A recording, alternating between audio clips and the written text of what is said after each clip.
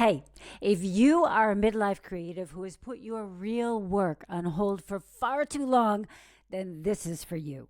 One day you wake up and you realize you're 45 or 50 or 60 and you think, holy shit, it's now or never. So you decide, I'm doing this. And before you can even take a breath, your brain dumps 10,000 reasons why it won't work. You're too old. You've been out too long. Wrong city. Missed your window. What if those obstacles aren't actually walls?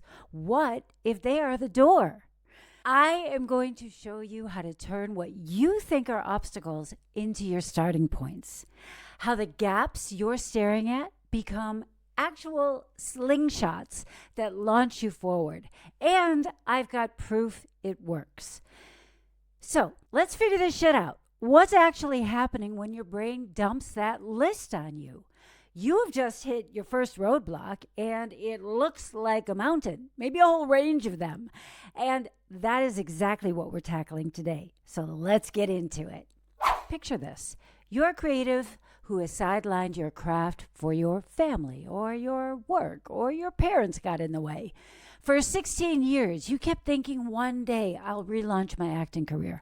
But year after year, you didn't. But then one day your son comes up to you and he tells you he would rather hang out with his friends, and your whole world shifts. But suddenly all the reasons you had for why you weren't doing your thing crumble to dust, and you're left wondering if it's even worth pursuing anymore. But here's the thing. You won't know if you don't at least give it one more real shot. So you start thinking about all the things that you need. Training, materials, connections, a friggin' clue. And all of a sudden, there's that mountain looming right where your dream sat. Now, if that sounds oddly specific, it should, because it's my exact story. By the way, if you're finding this helpful, hit subscribe and drop a like. It really does help us to reach more people who need it. The second I committed to actually doing it, actually relaunching my acting career, is when things really got messy. My brain kicked into overdrive. Suddenly I'm drowning in everything I don't have and everything that could go wrong. But here's the thing. That panic isn't proof that you're too late. That's just your brain doing its job. And once I understood that, everything changed. So when you decide to do something new, your brain stacks everything that could go wrong. And you're looking at this massive mountain thinking, well, I can't do all of this. And you're right. You can't. Not all at one time anyway. But guess what? You don't need to scale all those mountains in one go. You just need to figure out your very first move. Like when I decided to relaunch my acting career, I had to get really specific about what I actually wanted. And that was to be a working actor in film and television. The problem was that there was this huge gap between where I was standing and where I wanted to be. That was my macro gap. And my God, there were a million tiny mountains to climb to get to the other side of that. I was rusty as hell after a 16-year break. I had no contacts, no showreel, and frankly, no clue about anything to do with the German-speaking market. Not to mention, I was a 47-year-old American woman with less than perfect German. But where there is a will, there is a way, and I had sworn I was going to figure this out. What I would have done in the past is to look at all of those gaps, all of those things that I was missing and needed, and I would think, I need to fix everything before I can even start. I need to take classes.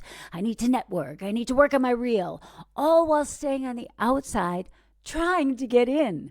But this time, with a little more life experience, I knew those same tactics were going to get me less than extraordinary results because, frankly, they were pretty damn ordinary. Everyone was doing those things.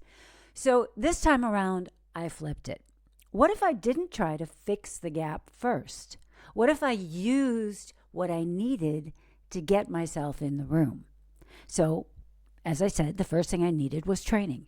But here was the problem. As far as I knew, there weren't a whole lot of really good acting workshops in English in Munich.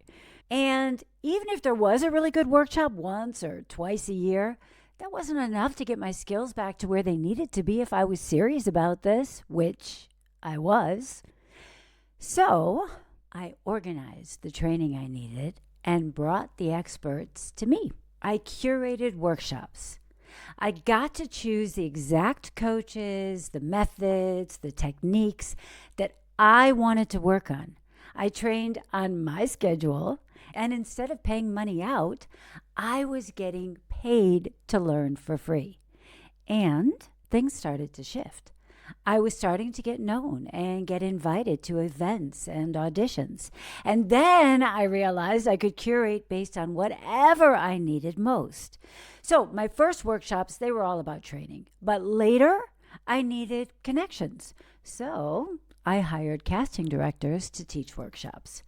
All the same benefits, quality training on my schedule while I'm getting paid, but now I'm building relationships with people who can actually hire me. And I'm doing this outside the usual desperate context of auditioning for them.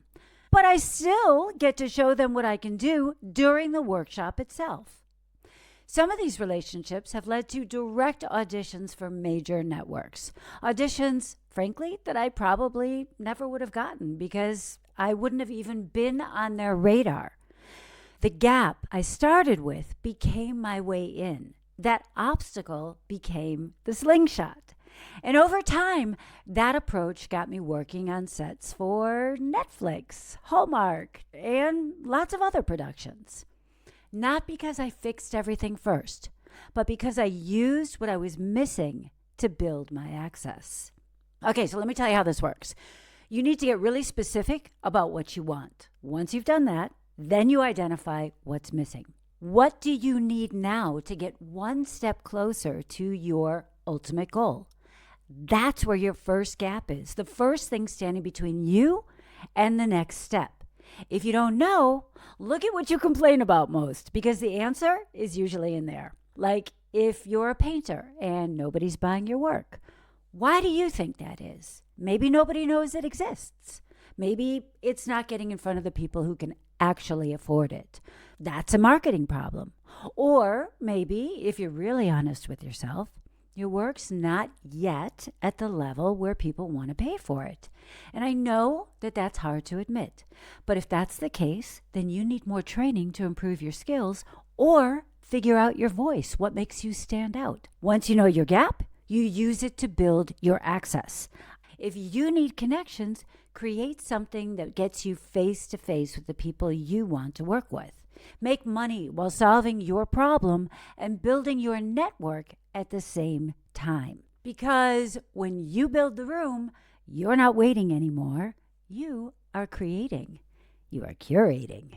So why don't more people do this? This is something I ask myself all the time, because we think we need everything figured out before we start. But that's not how anything gets built.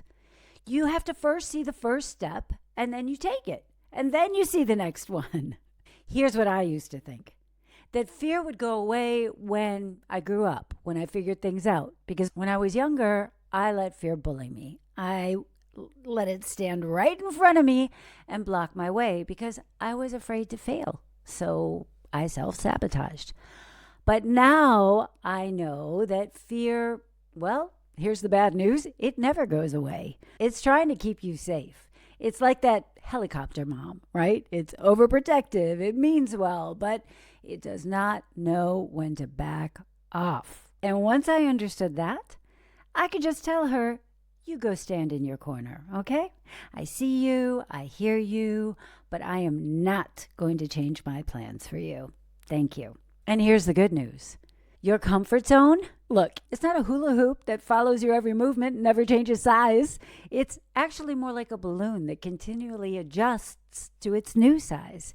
You realize stepping outside didn't kill you. And what scared you yesterday now lies behind you. And you start to trust yourself. And when you trust yourself to actually do the thing, wishes become intentions. Look, you do not need to be fearless. You just need to be willing to be a little bit uncomfortable. For instance, 3 months ago, an actor named Ingrid took my escape route challenge. She's based in Estonia, which is not exactly a major creative hub. Last week, she sent me this email. Her first event, 3 casting directors, 27 actors from 4 different countries. And here's the part that really got me. One day before her event, she received the letter she wrote to herself during my workshop 90 days earlier, saying all the things that she wanted to accomplish. 90 days from I want to do this to actually doing it. And if you're sitting there thinking, okay, but what is my first step? I made a little something that I think might help. It's called the Escape Route Playbook. It is free, and it walks you through exactly how to figure out what you actually want, what's really in your way, and what your first move should be, just like for Ingrid. And in there, you'll find your personal invitation to our Escape Route Challenge. That's the same one that Ingrid attended just 3 months ago. There's a link in the description if you want to grab it. And if you already know your first move, I would love to hear it. Drop curate in the comments below. That's what we call it when you build your way in. And if you got value out of this video, then please like, subscribe, share, all the good stuff, rate, review, however you're listening to this, and stick around and watch this next video. See you there. Bye-bye.